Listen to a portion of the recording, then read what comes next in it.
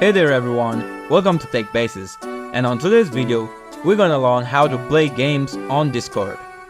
So let's get started. Here you can see I'm already on Discord. From here, you just need to go to the plus icon beside the chat box. Just click on it and click on Start Activities. Here you can see a list of games and fun things to do with your friends. Just choose any game that you want to play with your friends. Here I'm going to choose Chase in the Park.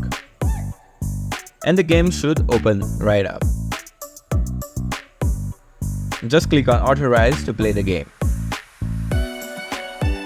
Here you can see the game is loading, and in the chat box, here you can also see a join button. Now your friends can directly click on the join button to enter the game with you. And you can put the game in full screen by just clicking in the hide chat. Here I have created a game, and I will also show you how to leave the game. Here there is a red button.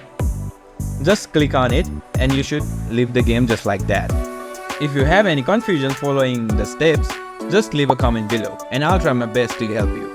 Don't forget to give a like and subscribe to my channel for more tech tips, and be sure to hit that notification bell so you never miss a future video. Thanks for watching.